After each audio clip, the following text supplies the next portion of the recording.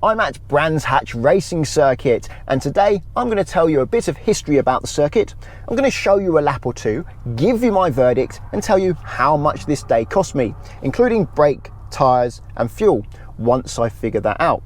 People started racing here in 1926. It used to be called Brands Hatch Farm, but it wasn't cars that raced here, it was cyclists, shortly followed by motorbikes, and then after the war, when this place was damaged, money was spent on a new circuit and cars started racing here in 1950, including a young Sterling Moss. Today I'm going to be driving on the Indy circuit, the short one. That's the one that's available when you do track days here. I don't see the big one very often, the Grand Prix circuit. I don't think I've ever seen that available as a track day. The Indy circuit is only 1.2 miles long and has only 6 bends, but one of them is arguably the best bend in the country, Paddock Hill Bend. It's a real roller coaster. You go down, compress at the bottom before you go up at speed. You won't feel that on camera. You have to come here to understand. The lap record is held by Scott Mansell, not related to Nigel Mansell, at 38.032 seconds. Scott also has a YouTube channel, a very successful one. It's called Driver61. I recommend checking it out. Now, I'm going to get out there and learn this circuit again. I've only been here once, and that was over 10 years ago, and I didn't even drive much. Once I've figured it out, I'll show you a lap or two. Probably 2, because it is quite short. Okay, it's nearly 3 PM. I've done 112 miles so far. I'm going to show you a couple of laps. The engine's cooled down a little bit because I've been setting up the cameras, and my tyres and brakes are a little bit cool as well. So I'll probably have a little bit of a warm up and then try and do some quicker laps. But I can show you how to get on the circuit, because it is a little bit hidden. It's right at the end of the garages. This is where you do the noise testing, just where I'm going now. My car came out at 81 decibels at nearly 6,000 RPM. I certainly don't need to worry about noise limits. And there we go, this is the pit lane. Just be careful here in case people are coming off the track.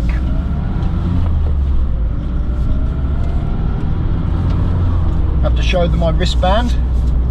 It's the 3rd of February today. It's very warm. I'm actually going to turn the air conditioning on. Unseasonably warm, 13 degrees and sunny. So in the car, I don't know, probably 25 I reckon. The sun heating it up.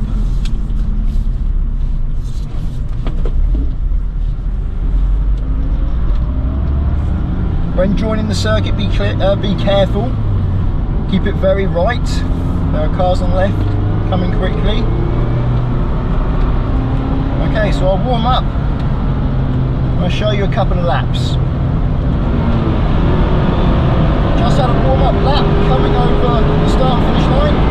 110 miles an hour, braking now, hard, down into 3rd gear. This is Paddock Hill Bend. Trying to hold as much speed through here as I can, running wide, using that outside apex. Now left foot braking, because I don't need to change gear here and carry as much speed through this corner. Add the gas gradually, let it run out to the apex. Braking in a straight line here, suffer with understeer. Yep, this is as fast as it will go. Otherwise it just wants to run wide. It's a faster BMW coming up, just let off the gas indicator, let them pass. That's an M4, very fast car. Try and maintain as much speed through here, stay off these curbs, because when I hit them, they really unsettle the car. Now I've got a faster car behind and I've got some traffic in front. So I'm just going to keep it right, let the faster car behind past, gradually let it run wide. Full throttle on the way out. Hopefully I can get that bit clear next time to show you how I'll do it. Here I sort of stay right and gradually make my way to the left. Hard on the brakes now. Down into 3rd gear. Keeping the speed up. On the power. Almost full throttle. Oh, full throttle into the apex. Braking hard. Peeling off the brake gradually. Oh, I over brake that. That's a bit slow. Went a bit too slow there, just add a bit of power now, make it up. And braking in the straight line, reducing the brake gradually, fully off the brake now. Try and get all 4 wheels, trying to turn the car. red Fiesta behind me. I'll let them pass. That looks like a quick car. They caught up very quickly. And I'll try and maintain as much speed from here as I can without hitting those curbs. A little bit of brake here just to knock the speed off to make this turn. Get on the inside. Now add the power gradually, letting it run wide. Full power now. Quite wide there, then back to the inside. I keep it on the inside here for a bit, gradually make my way to the left. Some people stay really inside and dart to the left quickly.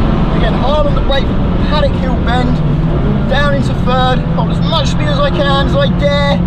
Oh, the tyres are, yeah, they're sliding a little bit into the apex. And brake. Peel off the brake, that's better this time, holding a bit more speed through here this time.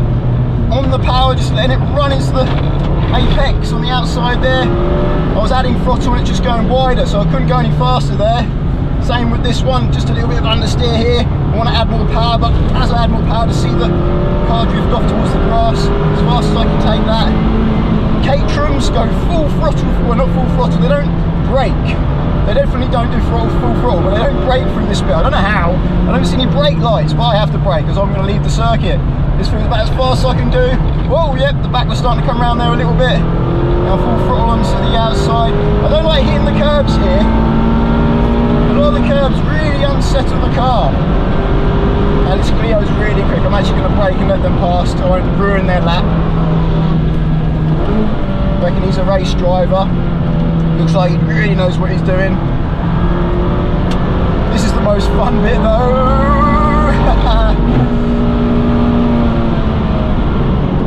This little car's not doing bad though. 1,100 kilos, 180 horsepower. Everything's standard apart from the brake pads, which are Ferodo DS2500s, just handle a bit more heat than road pads. Yeah, understeer, bang into the apex. And let this BMW fast. Fast cars here today. I'm one of the slower cars on track. You can learn from the car in front, see how they do it. Did see someone spin off here earlier and go into the wall. In fact, he's not getting away from me that much in the corner, is he? Or a little bit maybe. In the straight. Let's see who's faster in the straight. Yeah. Fairly even actually. In fact, am I catching them? Maybe.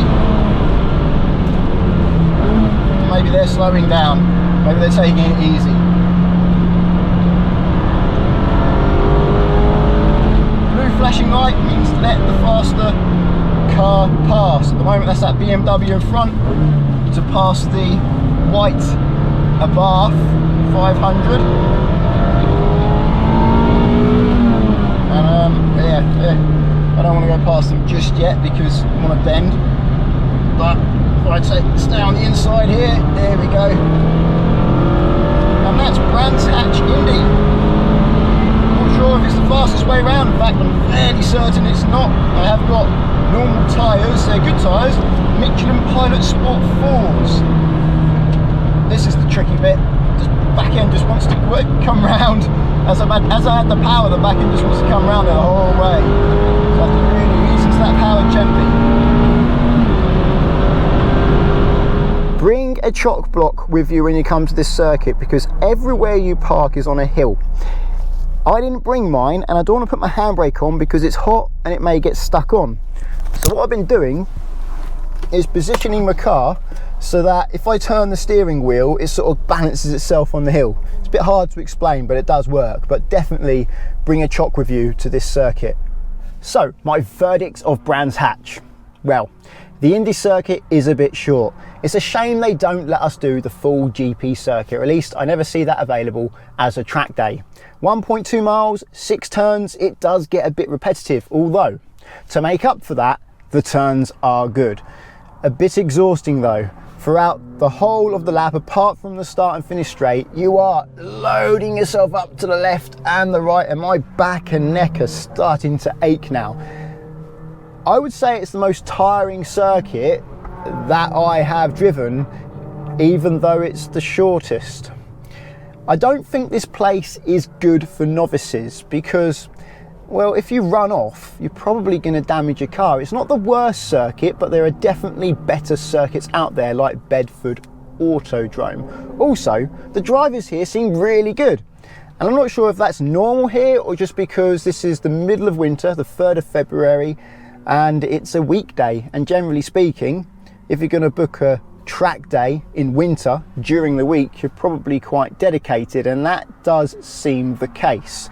I've got a road car with road tyres, totally standard, but some high temperature brake pads, whereas everyone else here seems to have track tyres, track suspension, and their cars are pretty much dedicated track cars. And there's even a racing driver here. Also, another reason why I don't think this place would be great for novices is that it's quite quiet today. There's not that many cars here, and during the summer season, the peak season, I think it could get quite busy, and as the track is so small, it would get crowded. So there won't be many laps or even that many corners where you won't be either overtaking or being overtaken. And if you're a novice, you're going to be being overtaken, which is annoying because then you're never going to be able to get into a flow and learn the circuit, you know, and do the corners without traffic around you and try and figure out the fastest way round. So how much has today cost me then? Well, I don't know, but during the edit I would have figured it out, so it should be on screen now. I can't measure my tyres at the moment because they're covered in rubber from the circuit, so I can't see how deep the grooves are. Also, I can't measure my brake pads until I get home, take the track pads out and put my road pads in, then I can measure them. And I don't know how much fuel I've used because there's still some track time left. So far I've done 134 miles and 16.2 miles to the gallon, which is very impressive, but I like to get over 150 miles on a track day to try and get my money's worth. That's, in my eyes, that's a good run. After that I start to feel a bit exhausted, although I am already feeling a bit exhausted. Maybe I'm just getting older, or maybe this place is more tiring than I'm used to. The day was only £149, which was an absolute bargain, and I wasn't planning to come here today. I was thinking I would leave it till spring to do my next track day, but the weather kind of feels like spring, so I went on the internet, had a look, saw Brands Hatch, next day £149, thought that's a bargain, snapped it up, took the day off work, and thought I'd come and have some fun. Brands Hatch Indy, compared to other circuits I've done, is neither brilliant or bad, it's somewhere in the middle. The circuit is a lot of fun, but it is repetitive. The place is great though, there's a nice cafe, good burger at lunchtime. There's no fuel, but there is a Texaco garage just outside the entrance and down the road a little bit, and the fuel isn't actually that expensive. And there are shops here and plenty of toilets. The shops were closed today apart from the mega store. Looks like they sell clothes and other racing paraphernalia, so it's worth checking out if you're interested. If you found the video interesting, please give it a thumbs up. Subscribe to get my future videos, and until the next one, cheerio.